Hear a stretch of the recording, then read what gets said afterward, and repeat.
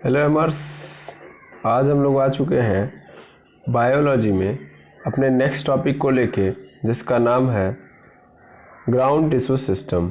इसके पहले वाले वीडियो के अंदर हम लोगों ने एपिडर्मिस टिश्यू सिस्टम की बात कर ली थी और आज हम लोग नेक्स्ट टिश्यू सिस्टम की बात कर रहे हैं। जैसा कि आप सभी लोगों को पता है कि जो टिश्यू सिस्टम है वो 3 प्रकार से आपको देखने के लिए मिलता है। मतलब पूरे प्लांट की जो बॉडी है वो 3 तरीके के टिश्यू सिस्टम से मिलके बनी है। पहला है हमारा epidermis tissue system. Epidermis tissue system जिसका काम क्या है? जिसका काम है भैया प्लांट की बाहर वाली बॉडी को बनाना। फिर बीच वाली बॉडी को यानी बाहर से अंदर वाली बॉडी को कौन बनाता है? तो वो बनाता है ग्राउंड टिश्यू सिस्टम। और फिर इनके अंदर ट्रांसपोर्टेशन कौन करवाता है? तो vascular tissue system. Vascular tissue system ये क्या कराता है? तो ये एक्चुअल में ट्रांसपोर्टेशन का काम कराता है, जैसे कि पानी को इधर से उधर लेके जाना, मतलब जड़ से पत्तियों तक पहुंचाना, खाने को पत्तियों से क्या बोलते हैं अन्य पार्ट में पहुंचाना प्लांट के, तो वेस्कुलर टिश्यू सिस्टम के द्वारा होता है। एपिडर्मिस टिश्यू सिस्टम से बाहर की लेयर बनाई जाती है प्लांट की, और बीच वाला जो पोर्शन होता है भरा पूरा, वो ग्राउंड टिश्यू सिस्टम के कारण होता है। तो एपिडर्मिस टिश्यू सिस्टम हम लोगों ने पढ़ लिया। ग्राउंड टिश्यू सिस्टम हम पढ़ने जा रहे हैं, इसके बाद हम पढ़ेंगे वेस्कुलर टिश्यू सिस्टम। चलिए देखते हैं हम लोग। तो सबसे पहले हमारी बातों को आप अच्छे से समझिएगा।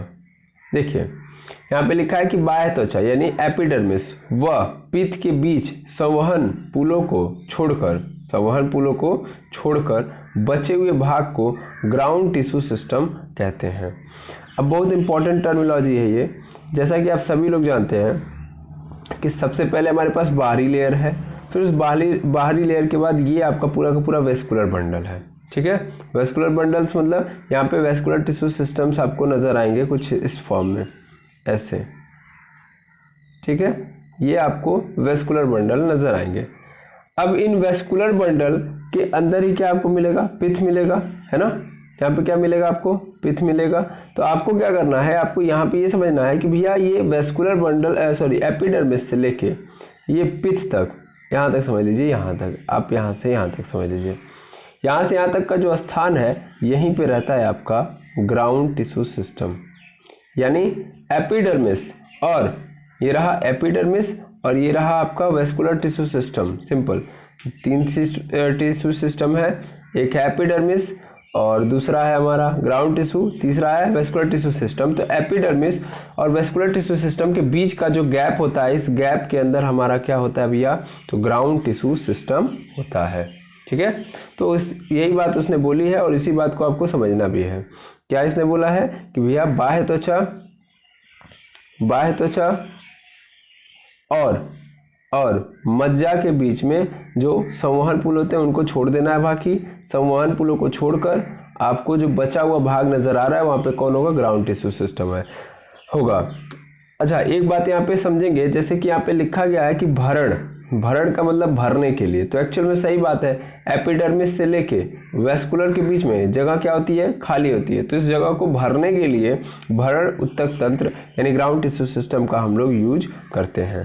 तो आई होप आप मेरी बात समझ पा रहे होंगे कि भरण मतलब भरने के लिए हम यूज कर रहे हैं। कहाँ से कहाँ तक? तो बाहर से लेके अंदर तक। अब मैं अगर बात करूँ यहाँ पे, तो यहाँ पे जो भरण उत्तक तंत्र होते हैं वो 2 तरीके से आपको मिलेंगे। एक तो आपको मिलेंगे कहाँ? बाह्य रंभी भरण उत्तक तंत्र। ठीक है, एक्स्ट्रा स्टेलर मतलब क्या है ये? मतलब ये है कि ये रंभ के बाहर रहेंगे। रंभ मतलब आप समझ पा रहे हैं, यही इस सर्कल को हम बोल रहे हैं। ये रहा आपका सर्कल, इस सर्कल के अंदर हमारा क्या मिलेगा? वेस्कुलर बंडल, और इसी सर्कल को हम लोग बोलते हैं रंभ। तो ये क्या है? रंभ। तो अगर मान लीजिए ये क्या है? एपिडर्मिस टिश्यू सिस्टम है और ये रंभ है, तो रंभ से बाहर है यानी सर्कल से बाहर जो ग्राउंड टिश्यू सिस्टम होंगे वो बाह्य रंभी भरण उत्तक तंत्र कहलाएंगे। जबकि रंभ के अंदर भी खाली जगह होती है, तो रंभ के अंदर भी ये आ जाते हैं। तो रंभ के अंदर अगर ये भरने का काम कर रहे हैं तो इनको क्या बोलेंगे? अंतःरंभी ऊतक तंत्र, ठीक है, अंतःरंभी भरण ऊतक तंत्र। आई थिंक आपको बात समझ में आ गई होगी। बिल्कुल। इस क्या बोलते हैं एपिडर्मिस टिश्यू सिस्टम से रंभ के बीच में, तो ये हमारे एक्स्ट्रा वाले हैं, ठीक है, एक्स्ट्रा वाले, दैट मीन्स बाहर हैं। जबकि यहाँ पे अगर अंदर है तो यहाँ पे क्या लिखूंगा मैं, इंट्रा, इंट्रा मतलब अंदर, ठीक है। आई थिंक बात समझ में आ गई होगी। बिल्कुल, ध्यान से देखिएगा, आंतरिक रंभी भरण ऊतक तंत्र मतलब रंभ के अंदर होंगे और बाह्य वाले बाहर होंगे। अब मैं यहाँ पे बात करूँ इनकी, तो एक्चुअल में हमको ये कितने पार्ट्स में नजर आएंगे, हमको नजर आएंगे ये टोटल 5 पार्ट में। देखिए, सबसे पहला वल्कुट, आपको वल्कुट नजर आएगा। फिर हाइपोडर्मिस, मतलब सिंपल देखा जाए तो ग्राउंड टिश्यू सिस्टम के टोटल 5 पार्ट आपको नजर आएंगे। एक वल्कुट, एक अधस्थ त्वचा, एक सामान्य वल्कुट, एक अंतस्थ त्वचा, एक परिरंभ और फिर आपको मज्जा नजर आएगा। टोटल यहाँ पे 5 पार्ट होंगे। लेकिन यहाँ पे ध्यान से समझिएगा कि यहाँ पे हमने देखा कि 6 पार्ट है। यहाँ पे कॉर्टेक्स को 2 पार्ट में डाला गया है, एक तो कॉर्टेक्स, एक तो जनरल कॉर्टेक्स। लेकिन हम लोगों को समझना है कि ये अलग अलग किताबों के अंदर अलग अलग प्रेफरेंस देता है। हम लोग इसको फॉलो करेंगे। हम लोग देखेंगे सबसे पहले अधस्थ त्वचा यानी हाइपोडर्मिस, फिर कॉर्टेक्स, फिर अंतस्थ त्वचा, परिरंभ और पित्त। मतलब ये है कि आपको कहीं कहीं पहले वल्कुट मिल जाएगा, फिर अधस्थ त्वचा, फिर सामान्य वल्कुट, फिर अंतस्थ त्वचा, परिरंभ। दैट मीन्स इस अधस्थ त्वचा के पहले वल्कुट आपको दे देगा, फिर एक सामान्य वल्कुट अलग से देगा। तो मैं आपको समझा दूं कि आपको ज़्यादा दिमाग लगाने की जरूरत नहीं है, ये अलग अलग किताबों की अलग अलग मान्यताएं हैं, ठीक है। फिलहाल में हम किसको सपोर्ट करेंगे, इसको सपोर्ट करेंगे। क्योंकि मेरे लिखने का कारण यही था ताकि मैं आपको समझा पाऊँ कि देखिए ऐसे भी आपको चीज़ें मिल जाएंगी तो आप सोचने लग जाएंगे कि ऐसा तो हमने पढ़ा नहीं है। नहीं, इसी को ही मतलब देखिए वल्कुट और सामान्य वल्कुट कुछ अलग नहीं है, दोनों सेम ही है। जो आगे आपको समझ में आएगा हल्का सा डिफरेंस कहाँ पे है, तो वो डिफरेंस आप यहीं से पकड़ लोगे। तो अंतस्थ त्वचा, फिर ऐसे अधस्थ त्वचा, वल्कुट, अंतस्थ त्वचा, परिरंभ और फिर पित्त, ठीक है।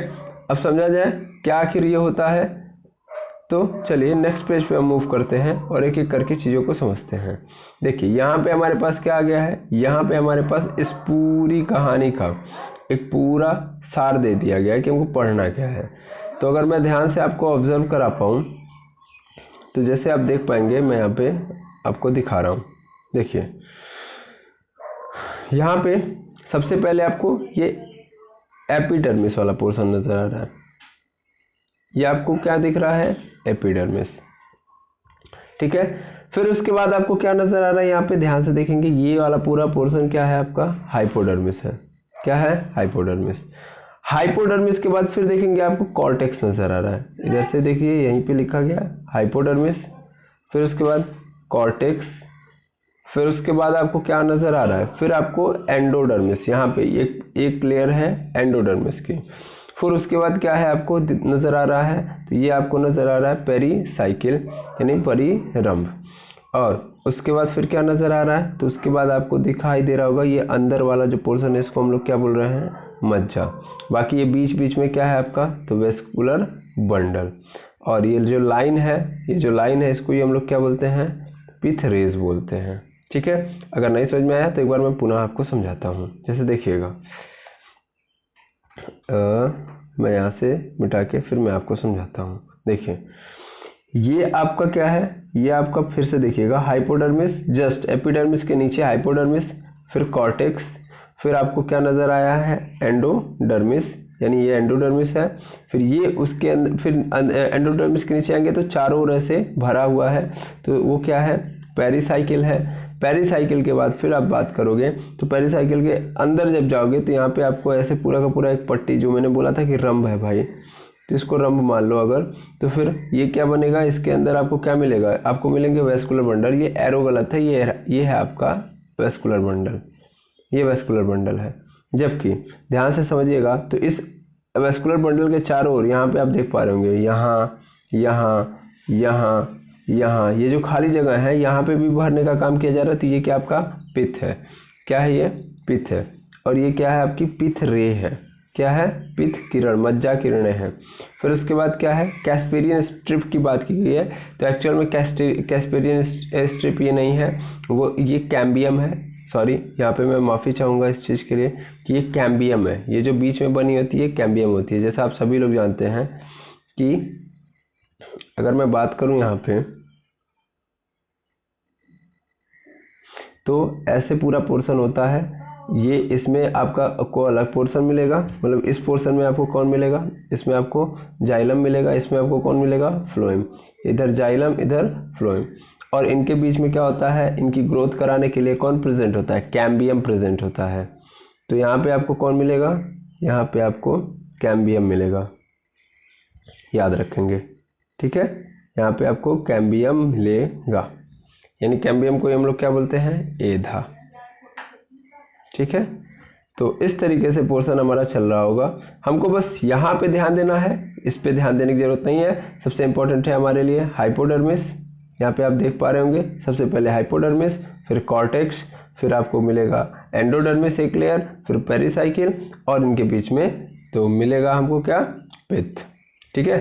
चलिए अब हम आगे पढ़ना स्टार्ट करते हैं, आगे की कहानी स्टार्ट करते हैं। सबसे पहले हम कहाँ से स्टार्ट करेंगे, तो सबसे पहले हम स्टार्ट कर रहे हैं अधस त्वचा से, हाइपोडर्मिस से। तो अगर हम हाइपोडर्मिस की बात करें तो हाइपोडर्मिस क्या होता है, तो भैया एपिडर्मिस के नीचे भ्रूण तक ग्राउंड टिश्यू का पहला परत है। ये कितने लेयर में होता है, 2-3 परतों की होती है। ज़्यादातर क्या होते हैं इसके अंदर, तो ज़्यादातर इसके अंदर दृढ़ोत्तक या स्थूल कोण उत्तक होते हैं।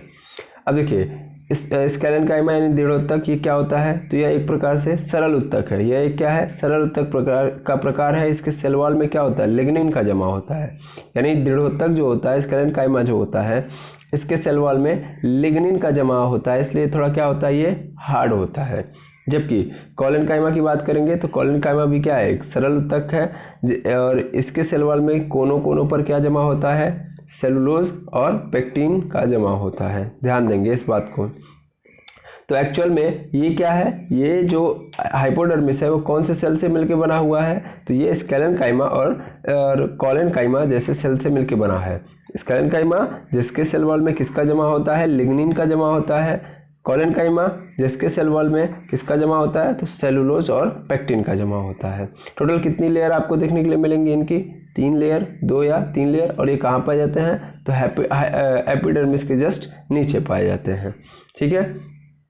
अगर मैं यहाँ से बात करूँ तो भैया यहाँ पे स्पष्ट लिख दिया है कि जड़ों में जो होता है हाइपोडर्मिस क्या होता है, अनुपस्थित होता है। बहुत इंपॉर्टेंट पॉइंट है, इसको याद रखेंगे कि जड़ों के अंदर हाइपोडर्मिस यानी अधस त्वचा नहीं पाया जाता है, ठीक, बिल्कुल। यहाँ पे फिर से समझ लीजिए, मैंने यहाँ पे जस्ट अभी आपको एक इमेज भी दिखाई थी, वहीं से आप समझ सकते हो। देखो जस्ट ये वाला पोर्शन है, ये आपका क्या है, हाइपोडर्मिस, एपिडर्मिस के जस्ट नीचे है। और आप देख पा रहे होगे कि बीच बीच में ऐसे गोला कर दिया गया है। गोला क्यों किया गया है, आप खुद समझिए। देखिए होगा क्या कि मान लेता हूँ कि एक अगर मैं सेल बना रहा हूँ यहाँ पे, और इस सेल की जो सेल वॉल है, इस सेल वॉल के अंदर क्या है, जमाव है। क्या है, जमाव है। तो जमाव का मतलब आप समझ पा रहे होंगे कि यहाँ पे इतने पोर्शन में क्या होगा, जमा होगा। अगर मान लीजिए वो क्या है, स्केलेनकाइमा है तो लिग्निन का जमा होगा। अगर वो कॉलेनकाइमा है तो सेलुलोज या पेक्टिन का जमा होगा। तो कुछ इसी तरीके का तो शेप नजर आएगा। इसी कारण है कि इसके साइड साइड में मोटा बना दिया गया और बीच में क्या कर दिया गया, गोल कर दिया गया है, या जैसे भी हो कोई भी शेप दे दिया गया, जैसे देख पा रहे हैं। तो इसका मतलब साइड साइड में क्या है कि यहाँ पे जमाव है। ये साइड साइड देख पा रहे हैं आप लोग, तो ये साइड साइड में क्या है, जमाव है, मोटी है लेयर, सेल वॉल, ठीक है। अब मैं अगर आगे बढ़ूँ, आगे अगर मैं आपको दिखाऊं, जैसे कि आप यहाँ पे आइए। अब अगला हमारे पास आता है सामान्य यानी जनरल वर्टेक्स। तो यहाँ पे लिखा है कि यह अधस त्वचा के नीचे इसकी कितनी लेयर होती हैं, 3 से 6 लेयर होती हैं। यह सामान्य पैरेन्काइमा कोशिका द्वारा बना होता है। बहुत इंपॉर्टेंट है। सामान्य कॉर्टेक्स या जनरल कॉर्टेक्स, या सिंपली मैं बोलूँ कॉर्टेक्स, तो कॉर्टेक्स किसका बना होगा, पैरेन्काइमा से। हाइपोडर्मिस किसका बना होगा, स्केलेनकाइमा से और कॉलेनकाइमा से। बहुत इंपॉर्टेंट है, इसको पकड़िए, ठीक है। अब देखिए आप अगर इसमें बात करेंगे तो देखिए इसमें इनमें खाद्य पदार्थ जैसे स्टार्च हो गया, टेनिन हो गया या रेनिन का स्टोरेज करते हैं। मतलब सिंपल बात किया जाए तो यहाँ पे क्या बोला गया है कि भाई आपको पैरेन्काइमा की प्रॉपर्टी अगर पता होगी तो आप तुरंत पकड़ लोगे। देखिए पैरेन्काइमा की प्रॉपर्टी ही क्या होती है, यही होती है। पैरेन्काइमा के अंदर हम लोग क्या करते हैं, स्टार्च हो गया यानी खाने वाले पदार्थ को पैरेन्काइमा स्टोर करने का काम करता है। इसीलिए वर्टेक्स भी क्या करेगा, वर्टेक्स भी खाने को स्टोर करेगा। जैसे कि स्टार्च हो गया, रेनिन हो गया, टेनिन हो गया, इन सब का क्या करता है, ये स्टोरेज करता है। जैसे स्टार्च क्या है, तो एक प्रकार से क्या है, ये कार्बोहाइड्रेट होता है, ठीक है, ये क्या है, एक प्रकार से कार्बोहाइड्रेट, इसी को स्टार्च बोलते हैं। टेनिन क्या है, एक प्रकार का केमिकल है जो पौधों के फलों, सब्जियों और चाय के अंदर पाया जाता है। एक्चुअल में देखा जाए तो आप जानते ही हैं, टैनिन एसिड के फॉर्म में भी होता है। टैनिन एसिड चाय वगैरह के अंदर पाया जाता है। रेनिन क्या होता है, तो ये एक प्रकार का एंजाइम है, ठीक है, जो क्या करता है, तो प्रोटीन के पाचन के लिए यूज किया जाता है। तो सिंपली हम यहाँ पे बोल सकते हैं कि भैया कॉर्टेक्स जो होता है 3 से 6 लेयरों में होता है और ये पैरेन्काइमा से बना होता है। पैरेन्काइमा की प्रॉपर्टी होती है स्टोरेज करने की, इसलिए ये भी क्या करता है, स्टोर करने का काम करता है। इसमें क्या पाया जाता है, क्लोरोप्लास्ट पाया जाता है। जलीय पादपों में यह वायुत्तक के रूप में होता है। जैसे आप सभी लोग जानते भी होंगे, पैरेन्काइमा को एरेन्काइमा भी बोलते हैं। एरेन्काइमा क्यों बोलते हैं, क्योंकि इसके पास क्या पाए जाते हैं, वायु कोष उपस्थित होते हैं, ठीक है ना, वायु कोष उपस्थित होते हैं। पैरेन्काइमा की आपको प्रॉपर्टी भी पढ़ाई गई है, आप जाके शुरुआत वाले टिश्यू को पकड़िए, मतलब टिश्यू पढ़ के आएंगे तो आपको 100% अच्छे से समझ में आएगा। अब आता है तीसरे नंबर पे हमारे पास एंडोडर्मिस। एंडोडर्मिस क्या होता है, तो ये कॉर्टेक्स के भीतर एक लेयर या डबल लेयर में पाया जाता है। सिंपल कॉर्टेक्स के जस्ट नीचे, कॉर्टेक्स के जस्ट नीचे उसी से कनेक्टेड रहता है। और कितने लेयर में, तो एक लेयर में या 2 लेयर में पाया जाता है। यह क्या होता है, यह सर्कुलर भी हो सकता है, बैरल शेप ढोलकाकार हो सकता है, या रेक्टेंगुलर भी शेप ऑक्यूपाई कर सकता है। दैट मीन्स इसका शेप जो है वो फिक्स नहीं है, जरूरी नहीं कि ये केवल और केवल सर्कुलर शेप में, इस सर्कल में भी हो सकता है, ढोलक की तरह भी हो सकता है बैरल शेप, और आयताकार यानी रेक्टेंगुलर भी हो सकता है। इन कोशिकाओं के चारों ओर अरीय रूप से सुबेरिन लिग्निन का जमा होता है। इसे कैस्पेरियन स्ट्रिप कहा जाता है। बहुत इंपॉर्टेंट टर्म ये है कि कभी कभी नहीं, बहुत बार आपसे ये जरूर पूछेगा, ये बताइए कैस्पेरियन स्ट्रिप क्या होती है। तो कैस्पेरियन स्ट्रिप का मतलब ये होता है कि भैया कोशिकाओं के चारों ओर एक्सियल फॉर्म में, एक्सियल फॉर्म का मतलब ये होता है, जैसे मैं अगर आपको बताऊं यहाँ पे, जैसे मान लीजिए ये एक सेल है, 3D फॉर्म में मैं बना रहा हूँ ताकि आप समझ पाए। ये मान लेता हूँ एक सेल है, तो इस सेल के ऊपर ऐसे ऊपर ऐसे इस फॉर्मेट में इस तरीके से क्या हो, अगर किसका जमा हो जाए, सुबेरिन का जमा हो जाए, किसका जमा हो जाए, सुबेरिन का जमा हो जाए या लिग्निन का जमा हो जाए, तो उसी स्ट्रिप के कारण देखेंगे अगर ध्यान से, तो एक सेल के पास एक स्पेशल कैरेक्टर नजर आने लगेगा आपको। ऐसे अगर आप कर दोगे तो आपको एक स्पेशल कैरेक्टर दिखाई देने लगेगा एक सेल का, जिससे क्या होगा, उतने दूर की जो लेयर है, उतने दूर की, मान लीजिए मैंने यहाँ पे यहाँ पे यहाँ पे और फिर यहाँ पे ऐसे चारों ओर से इसको क्या कर दिया, इस सेल को, सेल के ऊपर ऐसे लिग्निन और सुबेरिन का मोटा सा जमाव हो गया। तो अगर मोटा सा जमा हो गया तो फिर क्या होगा, तो फिर सिंपल मतलब है कि वहाँ की जो लेयर है या उतने दूर का जो सेल है वो क्या हो जाएगा, स्ट्रिक्ट हो जाएगा। स्ट्रिक्ट हो जाएगा दैट मीन्स हार्ड हो जाएगा, और किसी को ट्रांसपोर्ट करने से रोकेगा। मतलब एक जगह से दूसरी जगह कोई अगर जाना चाहेगा, मतलब इस पार से इस पार जाना चाहेगा, तो ये जाने से क्या करेगा, रोकेगा।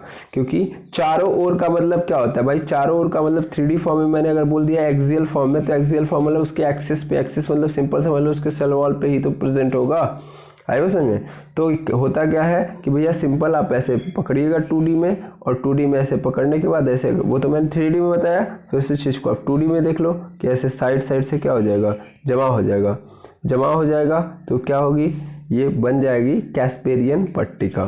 क्या बन जाएगी, कैस्पेरियन पट्टिका या कैस्पेरियन पट्टी, ठीक है। तो याद रखेंगे कि कैस्पेरियन पट्टी बनती किस में है, तो ये बनती है एंडोडर्मिस में। एंडोडर्मिस में क्या बनता है आपका, कैस्पेरियन पट्टी। कैस्पेरियन पट्टी बनती किससे है, तो सुबेरिन और लिग्निन के जमाव से, ठीक है। और अगर हम बात करें तो ध्यान से देखिए कि इसी तरीके से आपको मिलेगा, यहाँ पे लिखा गया ना कि सुबेरिन का जमा होता है, ठीक है। जैसे आप देख भी पा रहे होंगे यहाँ पे ये पोर्शन, यही आपका क्या है, सुबेरिन। अब जड़ में जो होता है ये प्रोटोजाइलम समूह के सामने स्थित अधस्तर की कोशिकाओं में नहीं पाई जाती है, ध्यान से समझेंगे। और इनकी भित्ति क्या होती है, पतली होती है, इन्हें पाथ कोशिकाएं कहते हैं। अब समझते हैं क्या मतलब है इसका। देखिए अगर हम बात करेंगे तो जाइलम की, किसकी बात करेंगे, जाइलम की, यहाँ पे आ जाइए, यहीं से समझ आ देता हूँ मैं। तो जाइलम जो होता है एक्चुअल में दो प्रकार का होता है। एक्चुअल में कितने प्रकार का, दो प्रकार का। एक होता है आपका मेटाजाइलम और एक होता है आपका प्रोटोजाइलम। अब मेटाजाइलम और प्रोटोजाइलम मतलब क्या है, तो भैया जहाँ पे सेल छोटे छोटे होते हैं, मतलब सेल छोटे छोटे मतलब यार सिंपल समझो, जाइलम है क्या, जाइलम एक पाइप है। जाइलम क्या है, एक पाइप है, और इस पाइप के रास्ते क्या होता है भैया, तो पानी एक जगह से दूसरी जगह ट्रांसपोर्ट होता है, ठीक है। अब अगर सपोज कर लो ये पाइप कुछ इस फॉर्म में अरेंज है कि देखना पहले कि छोटे छोटे वाले कहाँ हैं, तो छोटे छोटे वाले बाहर और सबसे बड़ी पाइप कहाँ है, अंदर। मतलब ये इधर क्या है, इधर बाहर की ओर है और इधर अंदर की ओर है। तो अगर आगे की ओर जा रहा हूँ तो क्या हो गया, वो बाहर की ओर हो गया ना। तो वही बात कह रहा हूँ मैं कि मान लीजिए अगर छोटा छोटा पाइप कहाँ है, आगे की ओर है। तो जैसे देखो यहाँ पे अगर मैं आपको दिखाऊं दूसरे कलर से, तो यहाँ पे एक पाइप है, फिर उसके बाद फिर एक और पाइप है, फिर एक और पाइप है, फिर उसके बाद एक और पाइप है, ऐसे चल रहा है। तो क्या हो रहा है कि यहाँ पे पहले छोटा वाला आ रहा है, फिर बड़ा वाला, फिर उससे बड़ा वाला, फिर उस सबसे बड़ा वाला आ रहा है ना। तो जो छोटके छोटके वाले जाइलम होते हैं इन्हीं को हम लोग बोलते हैं प्रोटोजाइलम। क्या बोलते हैं, प्रोटोजाइलम। और जो बड़का पाइप हुआ होता है उसको ही हम लोग क्या बोलते हैं, मेटाजाइलम। तो मेटाजाइलम मतलब जो सबसे बड़ा वाला जाइलम है उसको मेटाजाइलम, और उसके बाद जितने हैं सबके सब क्या है, प्रोटोजाइलम। सिंपल, सबसे बड़ा वाला क्या है, तो सबसे बड़ा वाला मेटाजाइलम, और बाकी सबके सब क्या है, प्रोटोजाइलम। जड़ के अंदर क्या होता है, जड़ के अंदर अगर मैं बात करूं, यहाँ पे मैं आपको समझा रहा हूँ।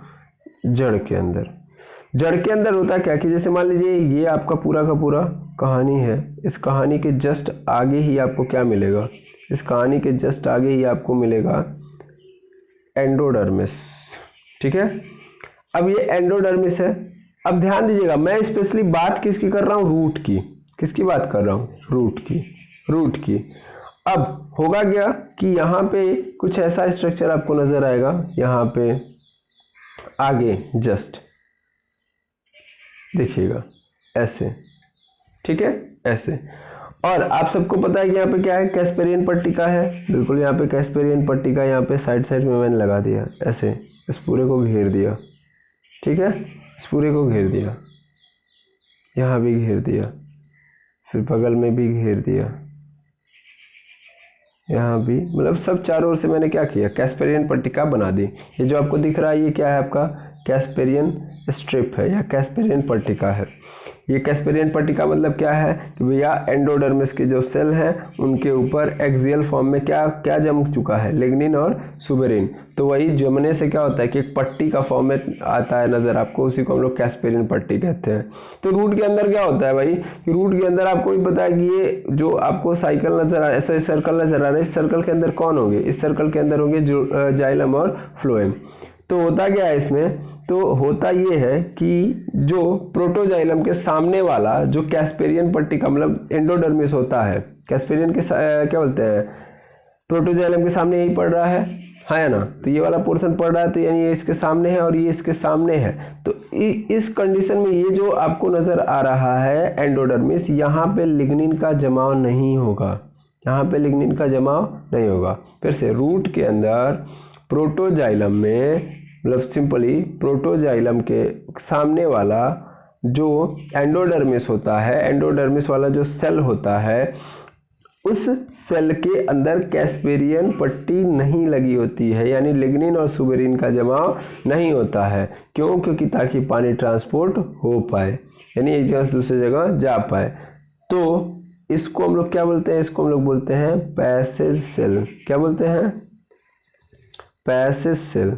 इसको हम पैसेज सेल के नाम से जानते हैं, याद रखेंगे। पैसेज सेल मतलब भैया मार्ग कोशिका, ये मार्ग देती है, ये ऐसी कोशिका है जो क्या देती है, जाइलम के पानी को, जाइलम के अंदर जो पानी है उस पानी को मार्ग देती है आगे की ओर जाने के लिए। फिलहाल में आप यही समझेंगे कि पानी को मार्ग देती है। अब ऐसा नहीं है कि सिर्फ यहाँ पे होगा, ये जो स्ट्रक्चर एक्चुअल में चारों ओर होगा, ये स्ट्रक्चर जो है वो क्या होगा, चारों ओर होगा। चारों ओर का मतलब ऐसे होगा, इन चारों के चारों ओर बनी होंगी, कौन कौन बनी होंगी सर, चारों के चारों ओर ना एंडोडर्मिस होंगी। तो जहां जहां, अभी देखिए मैं यहाँ पे अगर बना दूं ऐसे, मैंने ऐसे ऐसे बना दिया, ये रूट की कहानी चल रही है। अब समझना, ऐसे ही बहुत सारे हमारे इसके अंदर क्या होंगे, बंडल भी होंगे, मतलब बंडल के अंदर बहुत सारे जाइलम भी होंगे। तो फिर से अगर मैं बात करूं ऐसे कि यहाँ भी, यहाँ भी, यहाँ भी, यहाँ भी, ऐसे, फिर ऐसे ही मैंने इधर भी बना दिया। मैंने बना दिया इसलिए ताकि आपको मैं समझा पाऊं। देखिए ऐसे, तो आपको पता होना चाहिए क्या कि इसके सामने छोड़ दीजिए, बस इसके सामने छोड़ दीजिए, बस बाकी सबके सामने या सिंपल बोलूं तो सभी सेल्स के अंदर बस प्रोटोजाइलम के सामने वाले सेल को छोड़ के सभी के अंदर क्या होगा, लिग्निन और सुबेरिन का जमाव होगा, यानी कैस्पेरियन पट्टी बनेगी। लेकिन क्या नहीं होगा, लेकिन केवल और केवल प्रोटोजाइलम के सामने वाली जो लेयर होगी वहाँ पे लिग्निन का सुबेरिन का जमाव नहीं होगा। मैं बस यहाँ पे बना के आपको दिखा रहा हूँ। देखिए यहाँ पे फिर क्या रहेगा, खाली रहेगा, यानी ये पैसेज सेल है। यहाँ पे भी क्या रहेगा, इसको खाली रखना पड़ेगा, यहाँ भी लिग्निन और सुबेरिन का जमाव नहीं होना चाहिए। तो ये भी क्या हो गया, पैसेज सेल हो गया। यहाँ भी खाली रखना पड़ेगा, ये भी क्या हो गया, पैसेज सेल हो गया। तो पैसेज सेल आई थिंक समझ में आ गया होगा। प्रोटोजाइलम के जस्ट सामने वाला। प्रोटोजाइलम क्या होता है, जाइलम की छोटी छोटी पाइपें। सबसे बड़ी पाइप क्या कहलाएगी, मेटाजाइलम। तो आई थिंक समझ में आ गया होगा, बिल्कुल। अब हम चौथे नंबर पे आते हैं। चौथे नंबर की कहानी को अगर हम समझे तो क्या मिलेगा हमको, सर पहले तो इसको जूम करिए, बिल्कुल जूम कर देता हूँ मैं। अब ये आ गया मेरे पास। अब देखिए पेरिसाइकिल की बात अगर मैं करूं तो कहाँ पाया जाता है, तो सिंपल एंडोडर्मिस के नीचे पाया जाता है, संवहन पुलों से घिरे रहता है। देखिए आपको जो शुरुआती इमेज बताई गई है उसी इमेज को आप पकड़ के रखेंगे तो आपका सभी टॉपिक क्लियर होते जाएगा। जैसे पेरिसाइकिल कहाँ पे पाई जाती है, तो एंडोडर्मिस के नीचे, सबसे ऊपर हाइपोडर्मिस के बाद कॉर्टेक्स के बाद फिर आया है एंडोडर्मिस के बाद क्या आ रहा है, पेरिसाइकिल। ये क्या करता है, तो एक्चुअल में वेस्कुलर बंडल जो होते हैं उनको क्या करता है, ये घेर के रखे रहता है, ठीक है, यानी घेरे हुए होता है। यहाँ पे एक्चुअल में वेस्कुलर बंडल है, ठीक है। अब ये कहाँ होता है, एंडोडर्मिस के नीचे पाया जाता है। द्विबीजपत्री पौधों में पेरिसाइकिल के बीच दृढ़ोत्तक कोशिका होती है। ध्यान से समझेंगे, यहाँ पे बहुत इंपॉर्टेंट है। यहाँ पे ये बोला जा रहा है कि जो पेरिसाइकिल है वो एक्चुअल में कहाँ पाया जाएगा, तो एक्चुअल में वो द्विबीजपत्री में पाया जाएगा, द्विबीजपत्री में पाया जाता है। इसीलिए यहाँ पे इंपॉर्टेंट है, कैसा वहाँ पे कोशिका होगी, स्केलेनकाइमा। स्केलेनकाइमा के बारे में अभी हम जस्ट इसके पहले भी समझे हैं। स्केलेनकाइमा क्या होती है, जिसमें किसका जमा होता है, जिसमें जमा होता है लिग्निन का।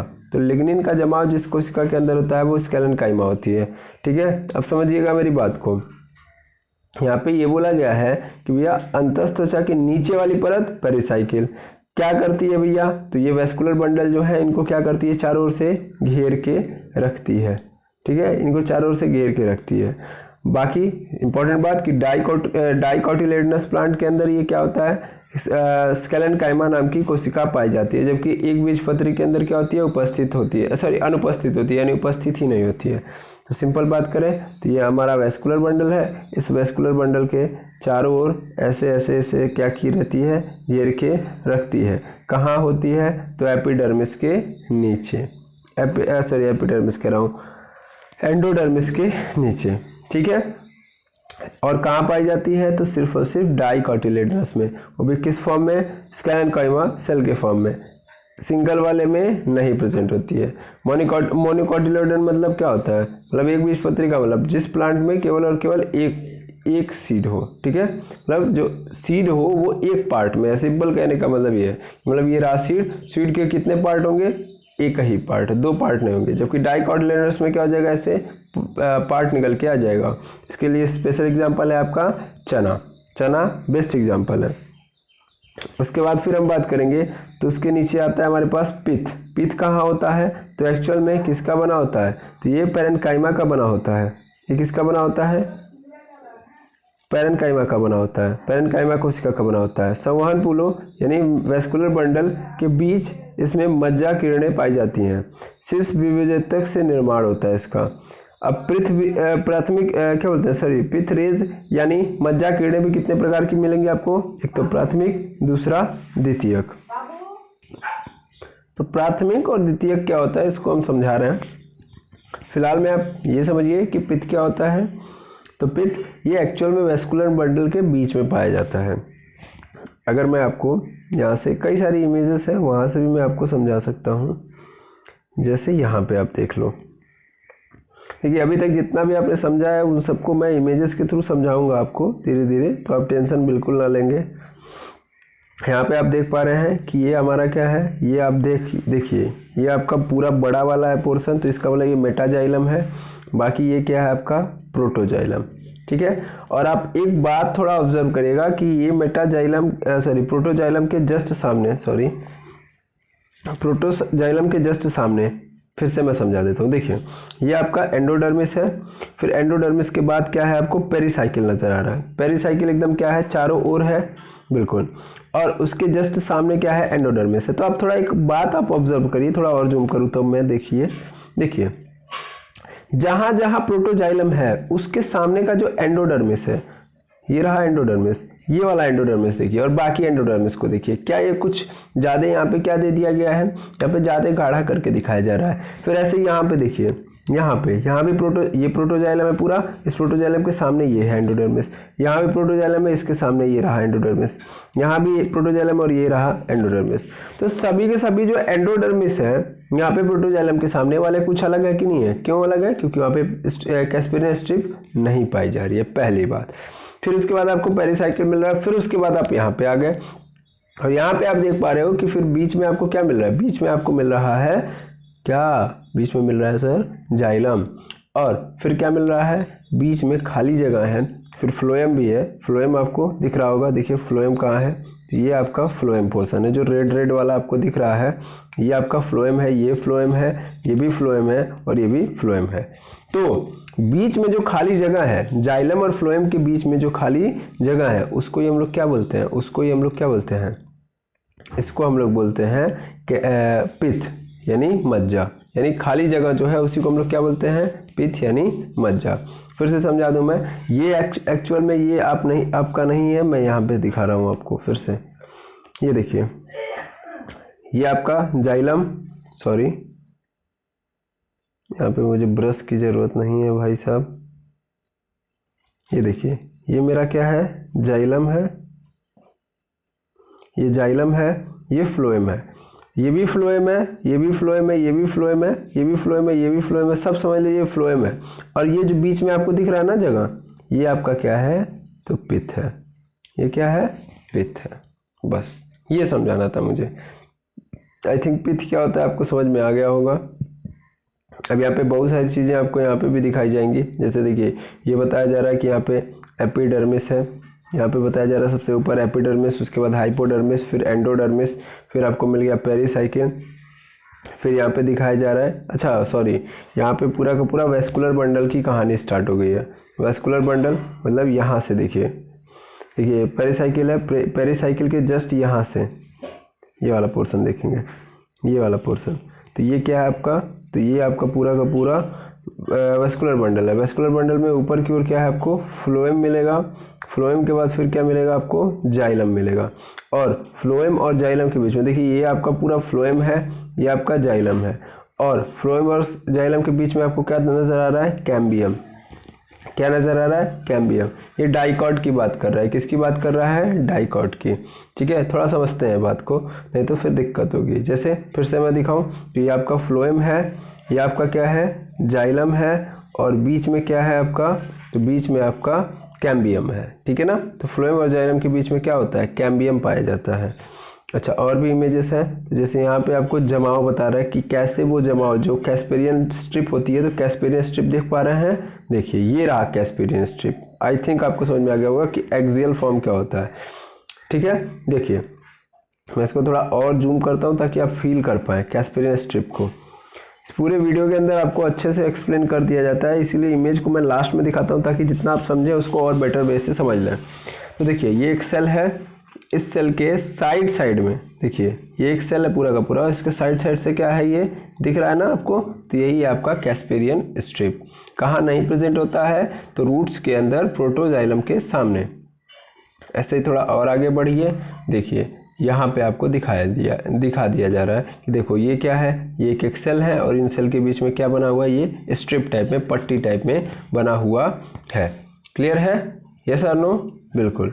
अच्छा, उसके बाद फिर हम देखेंगे तो यहाँ पे आगे देखेंगे। देखिए जो समझना है एक इमेज के अंदर उतना ही समझेंगे, बहुत ज़्यादा अगर हमने समझने का भी प्रयास कर दिया तो फिर माइंड आपका हैंग कर जाएगा। मुझे जो एकदम बेटर वे में समझाना है वही मैं आपको ज़्यादा बेटर वे से समझा पाऊंगा।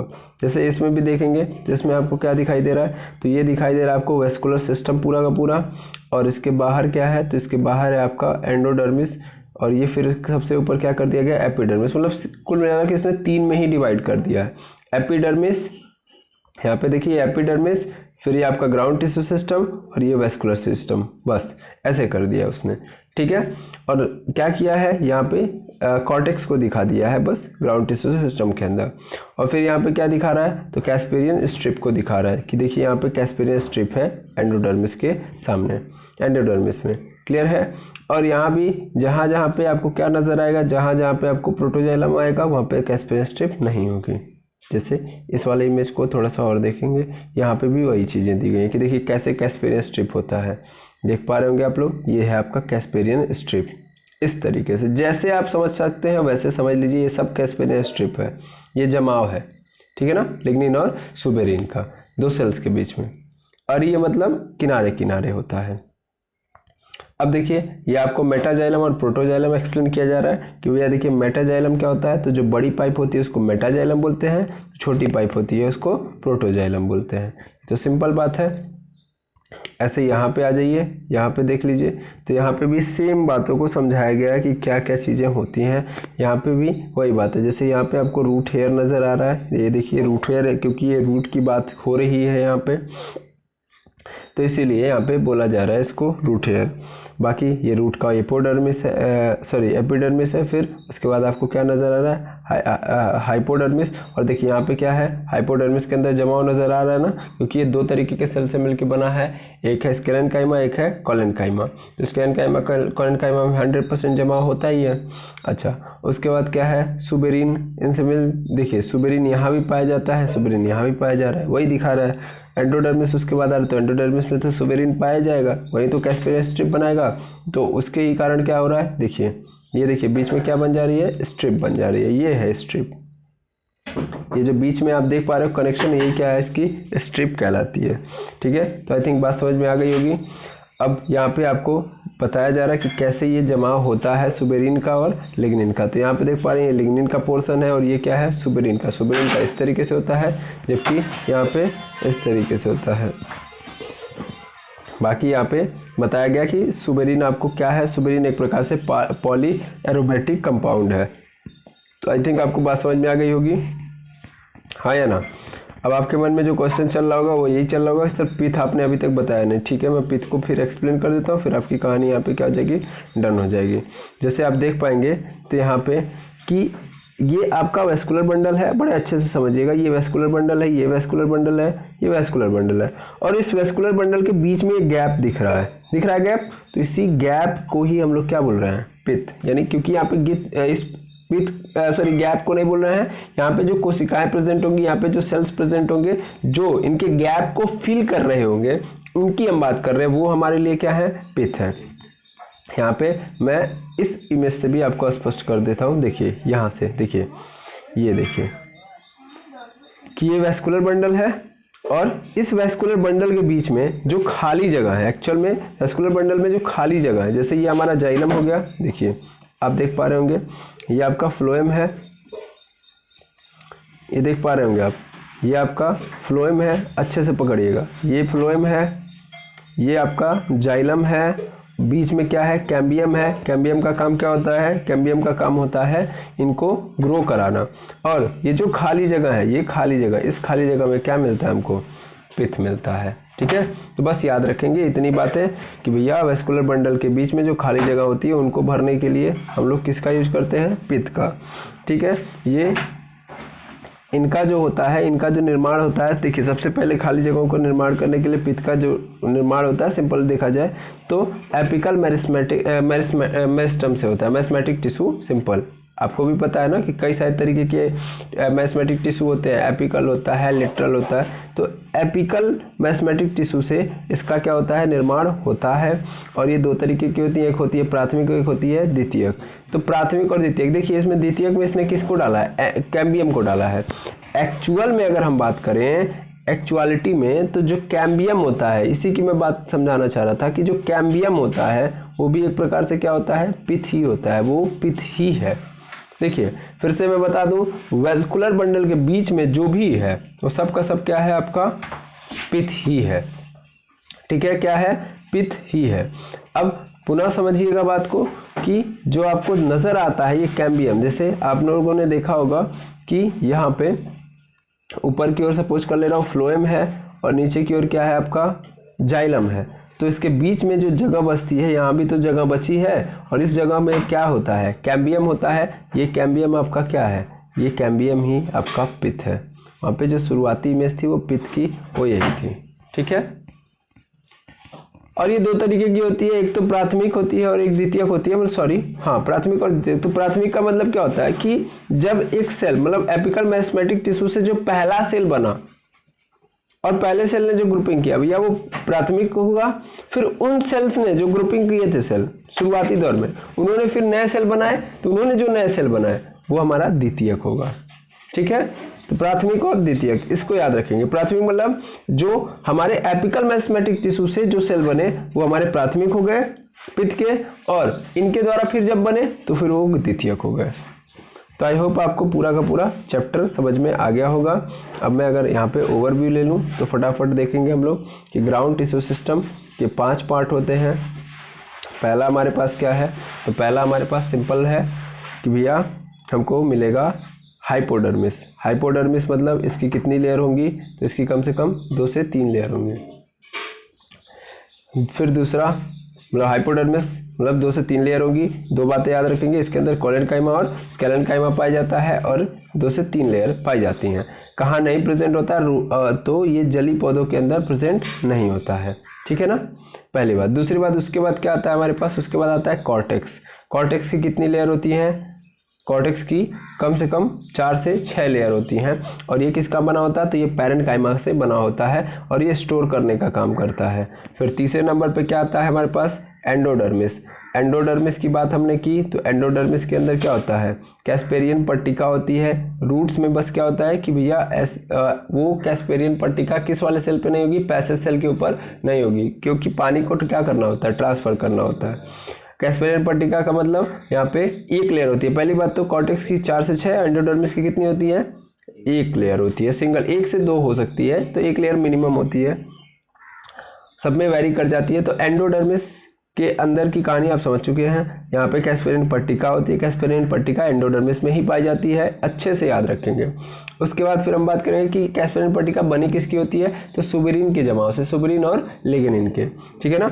अच्छा, फिर चौथे नंबर पे हम लोगों ने किसके बारे में बात की, चौथे नंबर पे हम लोगों ने पेरिसाइकिल की बात की। पेरिसाइकिल क्या होती है, तो भैया पेरिसाइकिल 1 या 2 लेयर के अंदर कहाँ होती है, पूरे वेस्कुलर बंडल के चारों तरफ होती है। ठीक है ना, 1 या 2 लेयर में। क्लियर है, बिल्कुल। फिर 5वें नंबर पे हम लोगों ने देखा कि पित्त होता है। पित्त क्या होता है भैया, तो जो वेस्कुलर बंडल के अंदर होता है, वेस्कुलर बंडल के अंदर। तो वेस्कुलर बंडल के अंदर पाया जाता है और ये भी 2 प्रकार का होता है, एक तो प्राथमिक, एक होता है, दूसरा होता है द्वितीयक। और ये किससे मिलकर बने होते हैं, तो प्राथमिक विभेद्योतक, यानी प्राथमिक, या मैं बोल सकता हूँ कि शुरुआती मेरिस्टेमिक टिश्यू से, सॉरी प्राथमिक मैंने बोल दिया, एपिकल मेरिस्टेमिक टिश्यू से मिलकर बने होते हैं, शीर्ष विभेद्योतक से मिलकर बने होते हैं, यानी उनके थ्रू बनाए जाते हैं। पित्त जो है शीर्ष विभेद्योतक से मिलके बने होते हैं, दैट मीन्स उनके द्वारा बनाए जाते हैं। और प्राथमिक का मतलब शुरुआती दौर में जो बने हैं, फिर उनसे जो बनेंगे वो द्वितीयक, और जो शुरुआती दौर में बने हैं तो क्या कहलाएंगे, हमारे प्राथमिक। ठीक है, इतनी बातें आई थिंक आपको क्लियर हो गई होंगी, बिल्कुल। तो इसी उम्मीद के साथ आज का लेक्चर हम खत्म करते हैं और मिलेंगे हम लोग नेक्स्ट वीडियो के अंदर, जहाँ पे हम पढ़ रहे होंगे किसके बारे में, यहाँ पे हम पढ़ रहे होंगे वेस्कुलर टिश्यू सिस्टम के बारे में। तो आज के इतना ही। थैंक यू वेरी मच एमर्स। अगर कोई भी डाउट हो तो ज़रूर बताएं।